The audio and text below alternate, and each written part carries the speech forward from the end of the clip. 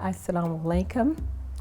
As a community elder, I've been blessed immensely to be a part of this noble effort here at Al-Rahma.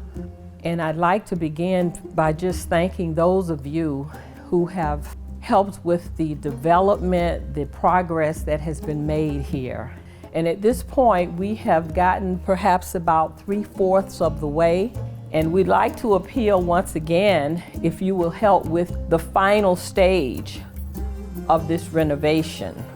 It's an effort that is allowing others to be blessed by the knowledge that is disseminated here, by the beautiful community members who attend here.